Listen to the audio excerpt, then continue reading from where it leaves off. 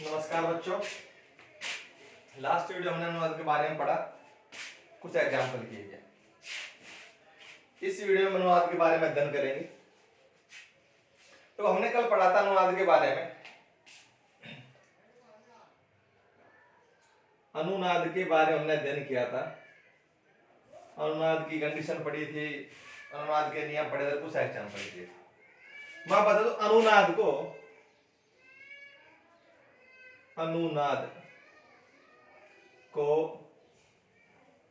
Mesomeric प्रभाव के नाम से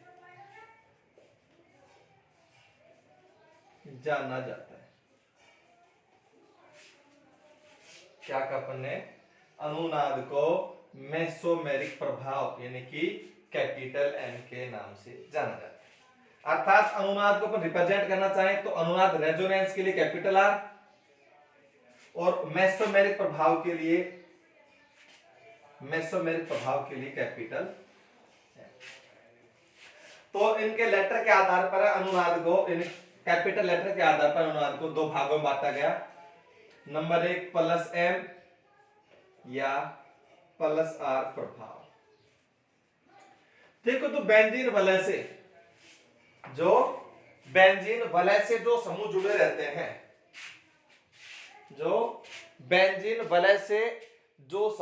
रहते हैं, हम उनके बारे में बात करें तो उन समूह के इफेक्ट के आधार पर अनुनाद को दो भागों में आइडेंटिफाई किया गया। सबसे पहला अपन ने किया प्लस एम या प्लस आर प्रभाव, और दूसरा हमने किया माइनस का एम या माइनस का आर प्रभाव। ठीक है भैया, हम प्लस एम और प्लस आर प्रभाव के नाम के आधार पर बात करें तो बेंजीन वलय, तो हमने अधिकांश एग्जाम्पल के अंदर बात की।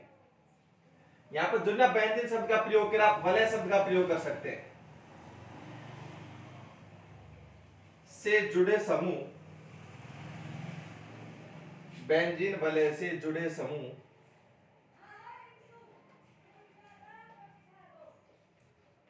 जो वलय में इलेक्ट्रॉन घनत्व का मान बढ़ा देते हैं, प्लस एम या प्लस आर प्रभाव प्रदर्शित करते हैं।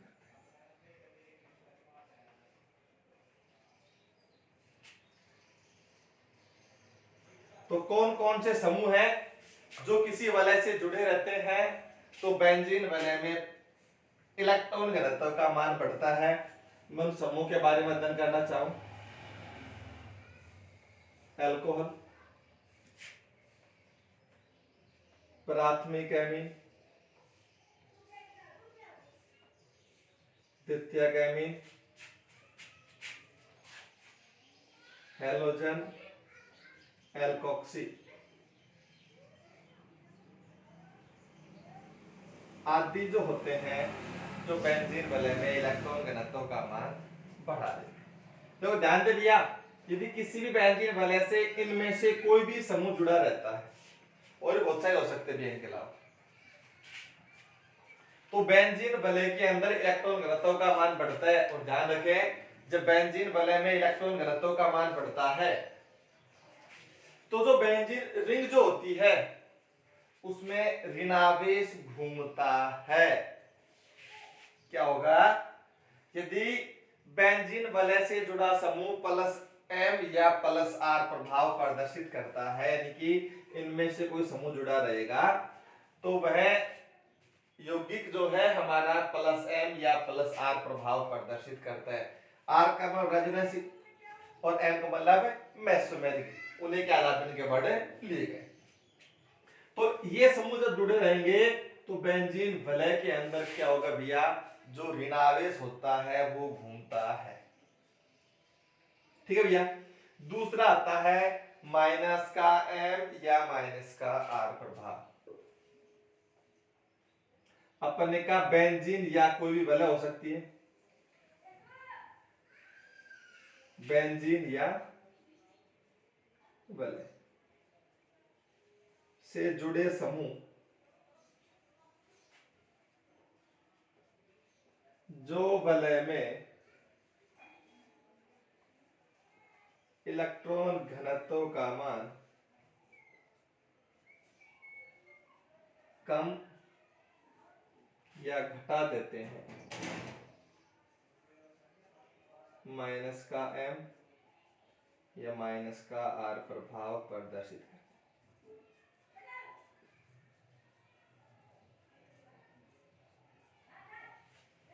जैसे एग्जाम्पल के लिए अपन बात करें, नाइट्रो,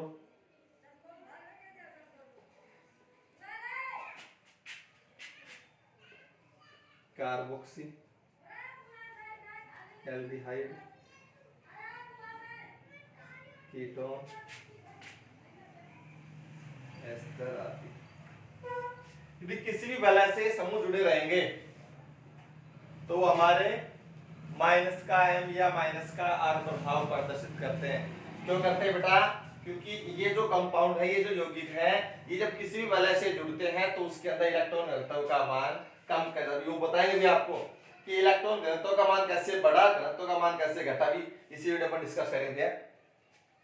तो ये समूह जुड़े रहेंगे तो ध्यान रखें, इनमें जो बेंजीन रिंग जो होती है उनमें धनावेश घूमता है। उनमें क्या होता है? धनावेश घूमता है। अब तो कैसे, मैं आपको बता रहा हूं कि कैसे इलेक्ट्रॉन घनत्व का मान बढ़ता है और कैसे इलेक्ट्रॉन घनत्व का मान घटता है। मैंने एक एग्जांपल लिया आपके सामने, कल अपन डिस्कस किया था एग्जांपल पे इसके बारे में, फिनोल।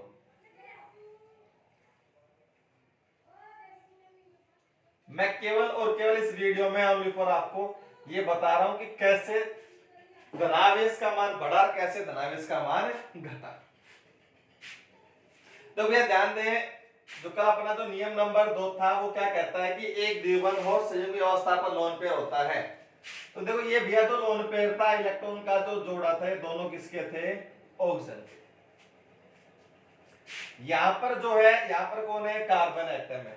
और ये कार्बन एटम किसका है? वलय का है, बेंजीन वलय का है। तो नियम नंबर 2 के अनुसार ये इधर आ जाएगा, और जब नियम नंबर 2 के अनुसार ये इलेक्ट्रॉन इधर आ जाएगा तो हमारी संरचना कुछ इस प्रकार की बन जाएगी।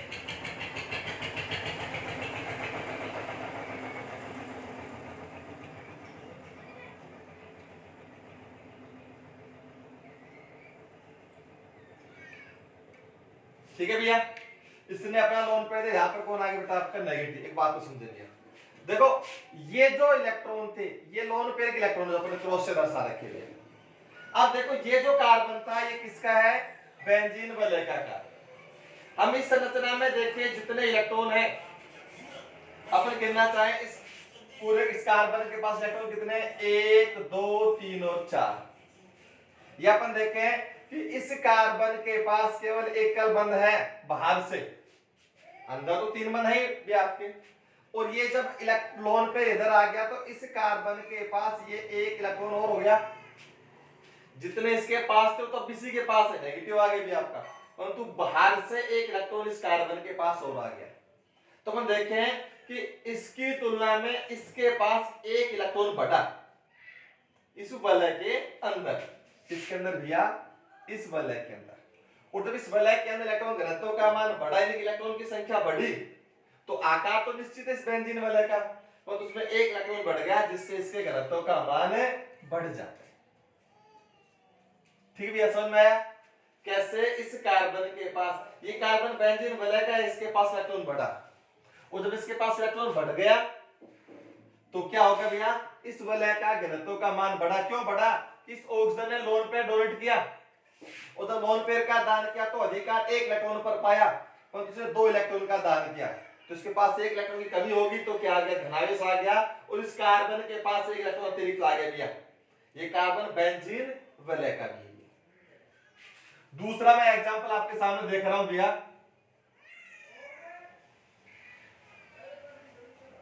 मैं लिख दिया नाइट्रोबेंजीन।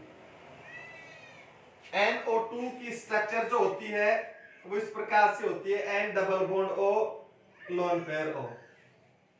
ओके, तो मैं इसी स्ट्रक्चर को बना रहा हूं, डबल बॉन्ड O, और ये अपना नाइट्रोजन है अपना उप सहसंयोजक बंध बना दिया इलेक्ट्रॉन युग्म के दान से। तो अपन देखें द्विबंध, एकल बंध और द्विबंध।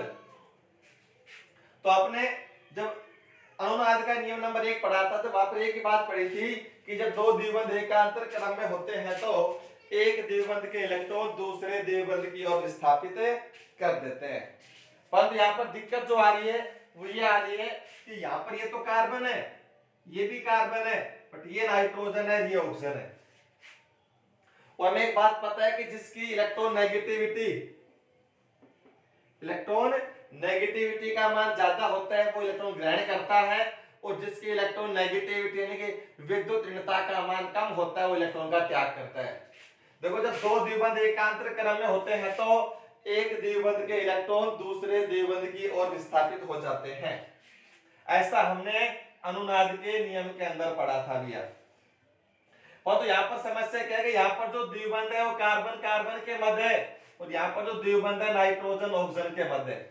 और कार्बन, नाइट्रोजन और ऑक्सीजन में सबसे ताकतवर कौन इन तीनों में से? ऑक्सीजन है, क्योंकि याद करने का फंडा, फोन करके बाहर आया कार्बन, बाहर आया कार्बन है। ये अपन एक शॉर्ट ट्रिक बना रखी है जो कुछ एक कंपाउंड जो हमारे ऑर्गेनिक केमिस्ट्री में काम आते हैं। ओके, तो यहां पर देखें तो इनमें से ताकतवर कौन है भैया? ऑक्सीजन है। तो बंध के इलेक्ट्रॉन किस ओर चले जाएंगे?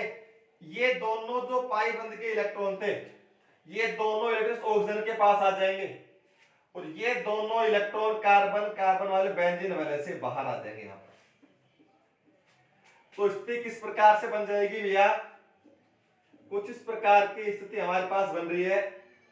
डबल बॉन्ड बन जाएगा, नाइट्रोजन ऑक्सीजन पर नेगेटिव और ये लोन पेयर वाला ऑक्सीजन। देखो भैया अब इस बेंजीन वाले से दो इलेक्ट्रॉन बाहर आ गए, एक और दो।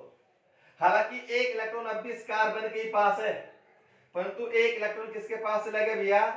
नाइट्रोजन के पास चला गया। अब यहां से अपन देखें, हालांकि एक इलेक्ट्रॉन तो बाहर गया, भी बेंजीन वाले का कार्बन इलेक्ट्रॉन अभी आ, परंतु एक इलेक्ट्रॉन बेंजीन वाले से बाहर किसके पास पहुंच गया? नाइट्रोजन के पास पहुंच गया। इससे क्या होगा कि बेंजीन वलय से एक इलेक्ट्रॉन के मान में कमी हो गई, आकार निश्चित है परंतु इलेक्ट्रॉन बाहर चला गया, तो घनत्व का मान क्या हो गया? घनत्व का मान घट जाता है या कम हो जाता है। जबकि इसमें एक इलेक्ट्रॉन बेंजीन वलय के कार्बन के पास आ रहा है, तो इसमें क्या होगा? इलेक्ट्रॉन घनत्व का मान बढ़ जाता है। हमने कुछ एक एग्जांपल लास्ट वीडियो में किए थे भैया, इस वीडियो पर केवल एक एग्जांपल के बारे में डिस्कस करेंगे। बड़ा इंपॉर्टेंट एग्जांपल है, वो हमारे पास आता है क्वेश्चंस के रूप में। नाइट्रोबेंजीन की अनुनादी संरचना बनाइए।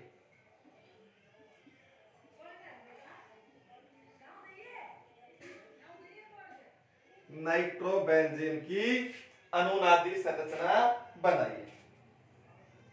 हमारे पास ये नाइट्रोबेंजीन है,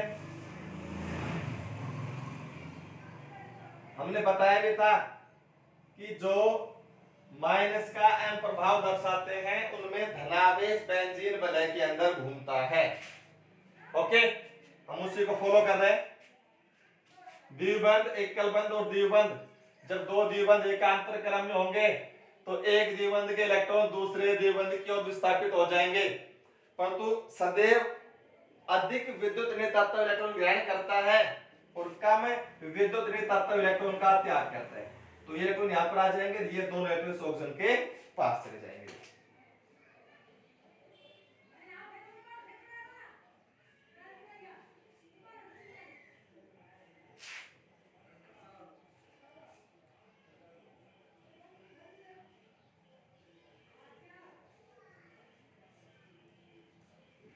ठीक है भैया, अब फिर से अपन देखें द्विबंध एकल में धनावेश। नियम नंबर 4 क्या कहता है? द्विबंध के इलेक्ट्रॉन धनावेश की ओर विस्थापित हो जाते हैं। तो जब ये दोनों इलेक्ट्रॉन यहां पर आ जाएंगे, यहां डबल बॉन्ड बन जाएगा, यहां पर पॉजिटिव, ऊपर स्थिति यथावत रहेगी। ठीक है भैया। नेक्स्ट देखें द्विबंध एकल बंध धनावेश। तो ये द्विबंध के इलेक्ट्रॉन दोनों कहां पहुंच जाएंगे भैया, यहां पहुंच जाएंगे।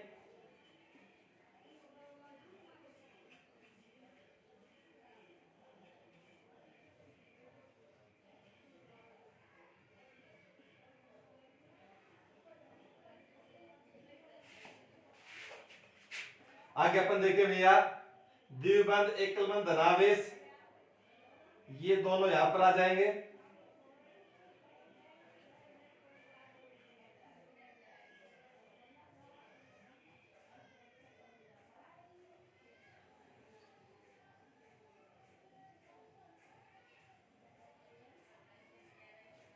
इसके पास एक इलेक्ट्रॉन कमी है नाइट्रोजन के पास, ऑक्सीजन के पास ज्यादा है, आयनिक बंध बना लेंगे भैया।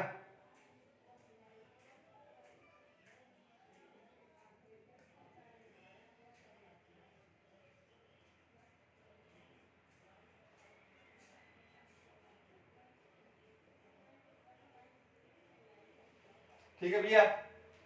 अब यहां पर देखें कि फर्स्ट और लास्ट संरचना देखें तो द्विबंध ने अपना क्रम चेंज कर लिया, और यहां पर अपन देखें इसमें जो आवेश है वो पूरी बेंजीन वलय में घूमता है। ये हमारी होगी संरचना अनुनाद संकर। इसके बारे में कक्षा 11 में पढ़ा था। अनुनाद संकर क्या होता है भैया, ये जो संरचना है इस नाइट्रोबेंजीन के सभी गुणों की व्याख्या करती है। सिमिलर इसी की तरह आप इनमें से कोई भी कंपाउंड दे सकते हो, यदि वैलेंस इनमें से समूह जुड़ा है तो सिर्फ NO2 के स्थान पे समूह आ जाएगा, बाकी आवेश के मान में कोई परिवर्तन नहीं होगा, यथावत आपके एग्जाम्पल होंगे। मैं चाहूंगा कि ऑर्गेनिक केमिस्ट्री में कक्षा 12 के जितने भी एग्जाम्पल आई अनुनाद के भैया चैप्टर नंबर 10, 11, 12 और 13 से आप उन सबको सोल्व करें, नहीं आता तो मेरे से डिस्कस करेंगे। थैंक यू भैया।